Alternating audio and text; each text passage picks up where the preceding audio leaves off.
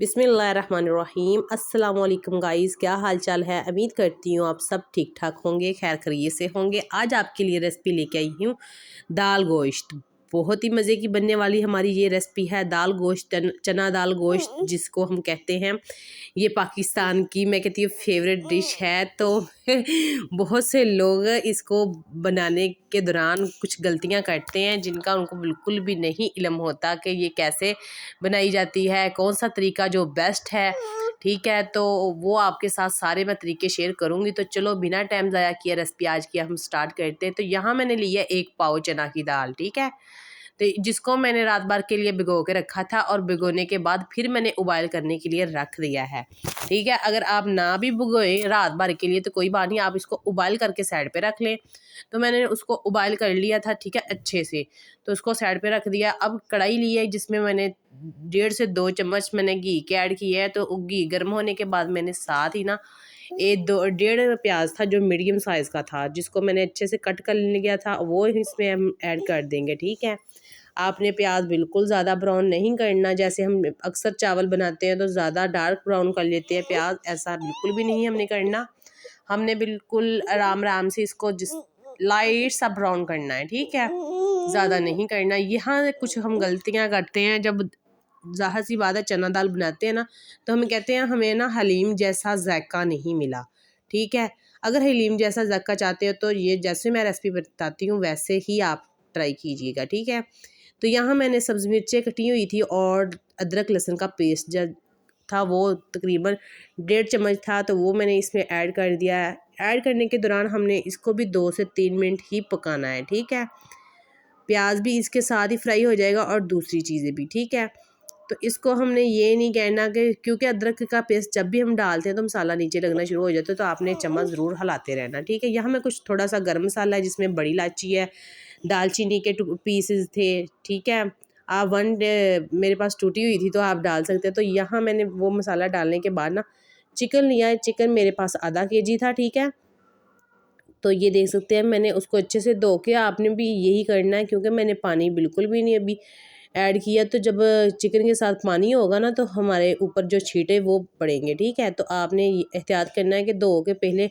Chicken को ना खुश्क कर लिए अच्छे से, किसी जाली वाले बर्तन में डालें क्योंकि पानी सारा जो रिमूव हो जाए। तो ये देख सकते हैं इसको हमने डालना है चिकन को हमने डालने के बाद क्या करना है, इसको 2 से 3 मिनट हमने अच्छे से फ्राई करना है। फ्राई करने से ये होगा क्योंकि चिकन की जो स्मेल वगैरह होगी वो भी रिमूव हो जाएगी। ठीक है, और हमारा जो ना अंदर से भी तो और बाहर से भी अच्छे से ब्राउन हो जाएगा। ठीक है, हमने इसको इसी तरीके से ना पकाना है। तो ये देख सकते हैं आप, और आस्ता आस्ता से ना आपने चम्मच हिलाते जाना है। ठीक है, इसमें अदरक लहसुन का पेस्ट जब भी हम डालते हैं ना घी में तो वो अक्सर नीचे लग जाता है। तो इस 2 से 3 मिनट मुझे हो गए थे फ्राई करते हुए। तब मसाले हमने ऐड करने हैं। यहाँ मैं डाल रही हूँ हल्दी का पाउडर 1/2 टीस्पून, कुटी हुई लाल मिर्च जो कश्मीरी हम कहते हैं वो भी 1/2 टीस्पून डाली है। कुछ धनिया पाउडर का जो चम्मच भर के मैंने ऐड कर दिया है, आप 2 भी ऐड कर सकते हैं, बहुत मज़ा इसका आता है। तो जो ना मैंने तकरीबन 2 चम्मच नमक के ऐड किए हैं। ये कुटी हुई साबुत मिर्च ये 1 टीस्पून ऐड किया है। तो ऐड करने के दौरान हमने इसको करना है अच्छे से मिक्स। अगर आपको लगे कि आपका मसाला जो है ना नीचे लग रहा है तो कोई मसला नहीं है, आप इसमें पानी भी ऐड कर सकते हैं।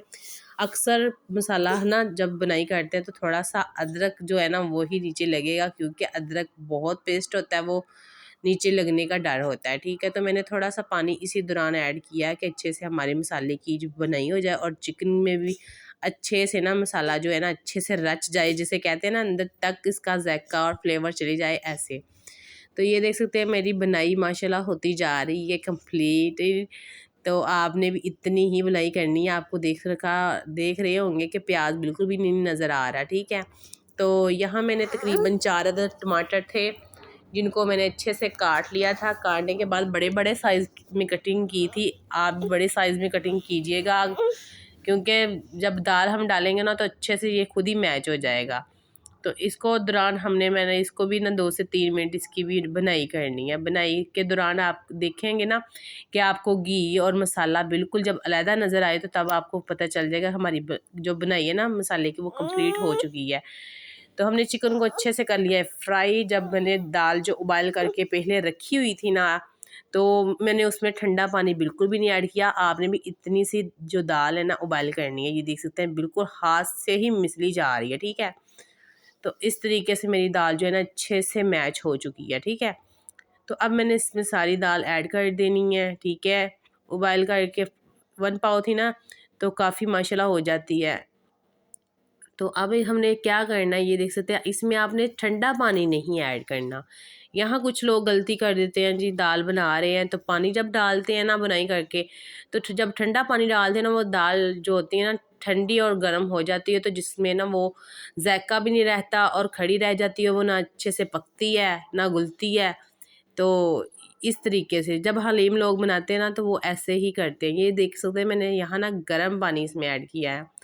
आप ज़ाहिर सी बात है महसूस तो नहीं कर सकते, पर अगर मैं आपको बता रही हूँ कि यहाँ मैंने ना जो गर्म पानी का एक बोल ऐड किया है, ठीक है, थोड़ा थोड़ा सा करके, तो ये डाल दिया है। अब हमने क्या करना है, इसको ना बिल्कुल लो फ्लेम पे छोड़ देंगे, ठीक है।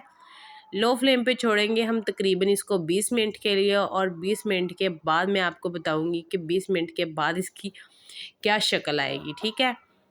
तो ये देख सकते हैं मुझे 20 मिनट हो चुके हैं, तो मैं अब आपको दिखाती हूँ। ये देख सकते हैं पानी बिल्कुल नहीं अभी खुश्क हुआ, क्योंकि मैंने बिल्कुल लो फ्लेम पे रखा हुआ था कि ज़ाहिर सी बात है दाल में थोड़ा सा भी अगर कच्चा पानी है तो वो भी अच्छे से पक जाए, ठीक है।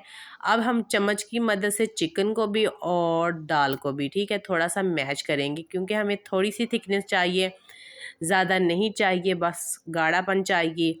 तो ये देख सकते हैं मैंने इसी तरीके से ना आस्ता आस्ता से ना मैच करना है, क्योंकि हमारा जो चिकन है वो भी हो जाए और दाल भी हो जाए, ठीक है।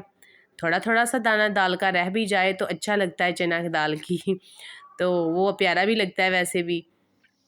तो मैं इसको ऐसे ही मैच करती जाऊंगी। तो मैच करने के दौरान मैं इसको ना फिर थोड़ी देर के लिए ढक्कन दे के छोड़ दूंगी, और उसके बाद मैं आपको फाइनल लुक दिखाती हूँ। 5 मिनट के लिए मैंने ना थोड़ा सा चूल्हा तेज़ करके ना इसको पकाना है, तो उसके बाद मैं आपको दिखाती हूँ। तो ये देख सकते हैं मुझे 5 मिनट हो चुके हैं, तो मैं अब आपको इसकी फाइनल जो लुक है ना, फाइनल शक्ल है वो दिखाती हूँ। माशाल्लाह ये देख सकते हैं मैंने चूल्हा बिल्कुल बंद कर दिया था। हमारी माशाल्लाह जो दाल है ना अच्छे से दाल गोश्त पक के तैयार हो चुका है। बहुत ही प्यारी खुशबू आ रही है, जितनी तारीफ़ करें उतनी कम है। ये देख सकते हैं आप चाहें, अगर ये दाल का आपको पीस नज़र आ रहा है ना, तो आप उसे भी ना थोड़ा सा मैच करके ना बिल्कुल हलीम जैसा बना सकते हैं। तो मुझे ऐसे ही लुक पसंद है, क्योंकि दाल थोड़ी थोड़ी सी नज़र आए तो मुझे बहुत मज़ा आता है खाने में।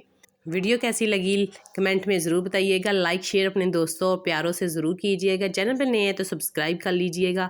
तो आपके साथ ये देख सकते हैं मैं रोज़े की हालत में भी रेसिपी शेयर करती हूँ, तो मुझे थोड़ा सा सपोर्ट कर दीजिए करें, क्योंकि ये आपकी तरफ से मेरे लिए इनाम होता है, ठीक है, प्यार होता है, तो बहुत खुशी होती है मुझे। तो मुझे दीजिए इजाज़त, इंशाल्लाह मिलूँगी नेक्स्ट वीडियो में। अपना बहुत सारा ख्याल रखना, दुआओं में याद रखना। तो ओके, अल्लाह हाफिज़।